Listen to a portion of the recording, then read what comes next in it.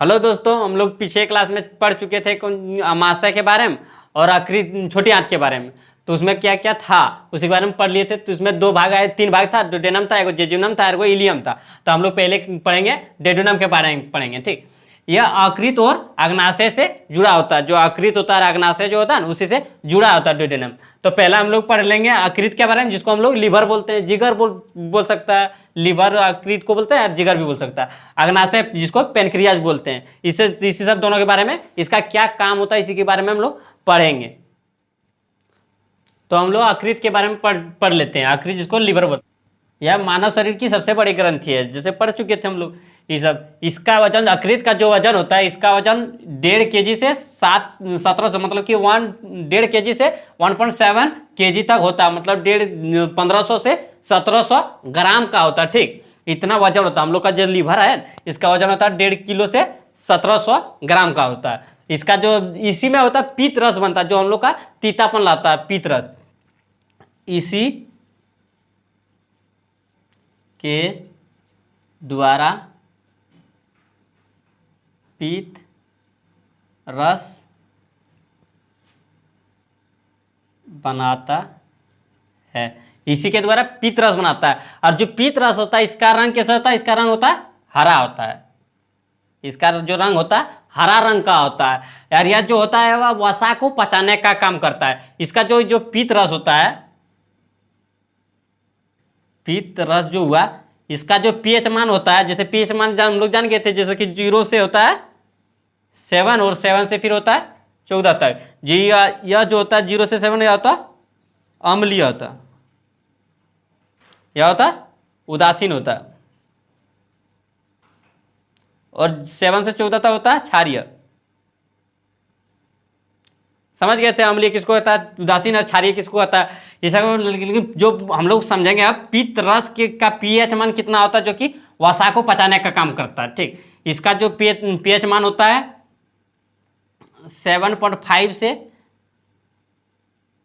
8.4 तक होता है। जो इसका पीएच मान होता है, पीएच मान जो होता है 7.5 से 8.4 तक होता है इसका पीएच मान। समझ गए? इसका पीएच मान कितना होता है? 7.5 से 8.4 होता है। यह जो पीत रस है, यह वसा को पाचन कराता है। जो हम लोग वसा मतलब फैट, जो तेल घी सब खाते हैं, इसका पाचन कौन कराता है? पीत रस। पीत रस यह वसा का पाचन कराता है। यह वसा का पाचन कराता है। जो वसा हम लोग समझे कि वसा किससे मिलता है? तेल घी जो खाते हैं हम लोग, फैट, इसी को वसा को कौन बोलता है? फैट। इसको पचाने का काम कौन करता है? पितरस।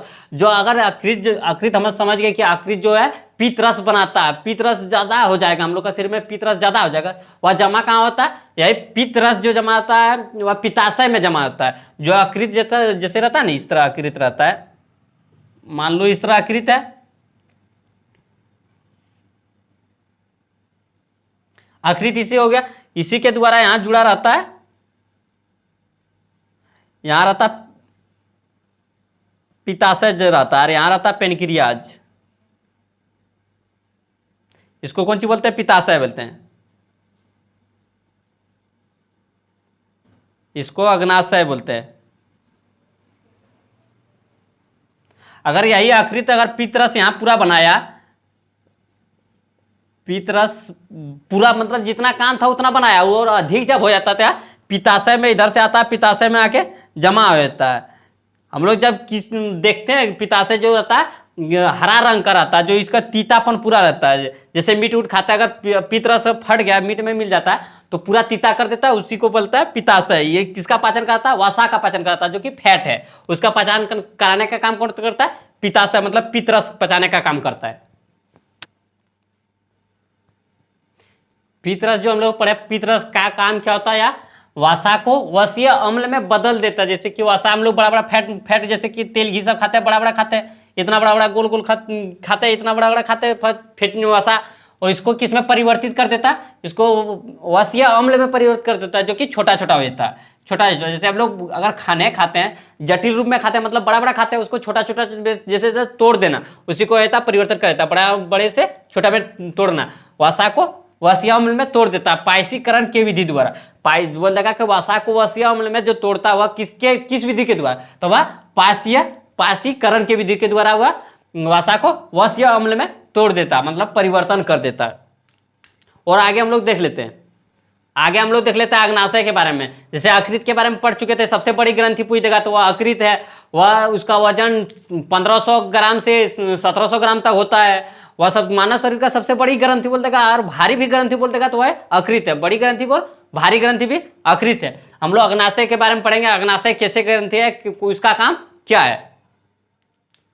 हम लोग अग्नाशय के बारे में पढ़ेंगे। जो अग्नाशय को पेनक्रियाज, इंग्लिश में पेनक्रियाज बोलते हैं। इसे मिश्रित ग्रंथि भी बोलते हैं क्योंकि इसके द्वारा इंसुलिन और एंजाइम दोनों निकलता है। मतलब कि हम लोग अग्नाशय को मिश्रित ग्रंथि इसलिए बोलते हैं क्योंकि इंसुलिन और एंजाइम दोनों तरह का इसमें निकलता है। जैसे हार्मोन भी हो सकता है, उसको जूस भी बोल सकता है। जैसे कि हार्मोन जो कि अंदर ही अंदर स्रावित होता है और अंदर ही अंदर ब्लड में मिल जाता है, उसे हार्मोन कहते हैं।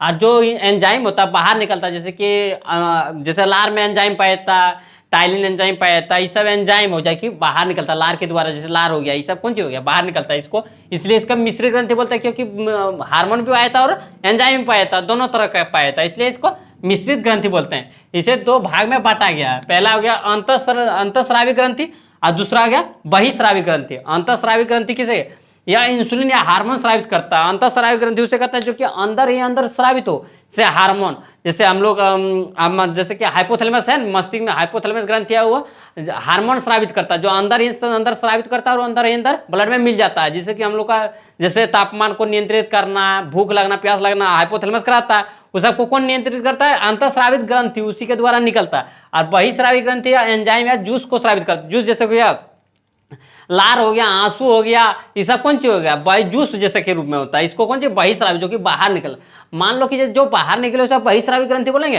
अंतःस्रावी ग्रंथि उसे बोलेंगे जो कि अंदर ही अंदर स्रावित हो और अंदर अंदर मिल जाए, उसे अंतःस्रावित ग्रंथि बोलते हैं। जैसे कि बाहर निकले उसे बहिःस्रावी ग्रंथि। तो अंतःस्रावी ग्रंथि या इंसुलिन या हार्मोन को स्रावित करता है और बहिःस्रावी ग्रंथि या एंजाइम या जूस को स्रावित करता है। अब एंजाइम के बारे में हम लोग पढ़ लेंगे, एंजाइम कितने प्रकार के होता है, कौन सा एंजाइम किसको पचाता है। तो एंजाइम के बारे में हम लोग पढ़ लेते हैं।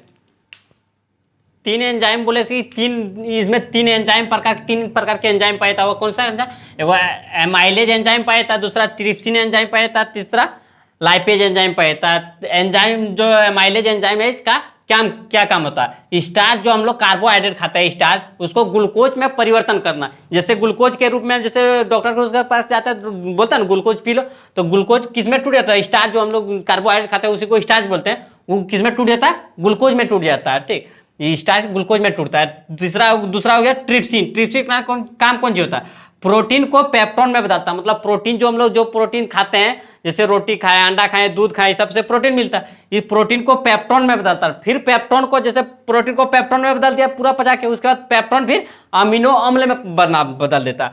प्रोटीन से पेप्टोन बना, पेप्टोन से फिर अमीनो अम्ल बना, अमीनो अम्ल फिर प्रोटीन मिला। यार तीसरा हो गया लाइपेज। लाइपेज कौन सी करता है, यार वसा को वसीय अम्ल में बदलता है। वसा मतलब फैट, जो वसा हम लोग खाते हैं, तेल घी से वसा मिलता है, या वसा को वसीय अम्ल में बदलता है, फिर वसीय अम्ल से ग्लिसरॉल में बदल देता है। ठीक, जैसे हम लोग समझ गए कि एमाइलेज जो बदलता है, एमाइलेज स्टार्च को ग्लूकोज में बदल देता है, और दूसरा प्रोटीन जो है पेप्टोन में बदलता है, फिर पेप्टोन को अमीनो अम्ल में बदल देता है, और तीसरा समझ गया कि लाइपेज या वसा मतलब फैट को वसीय अम्ल में बदलता है, फिर वसीय अम्ल से ग्लिसरॉल में बदल देता है। मतलब फिर हम अग्नाशय के बारे में हम लोग पढ़ चुके हैं। तो इसमें जो अग्नाशय में हम लोग समझे, यहाँ पूरी तरह से मतलब कि डुडेनम है, डुडेनम जो है, इसमें सभी भोजन का पाचन हो जाता है।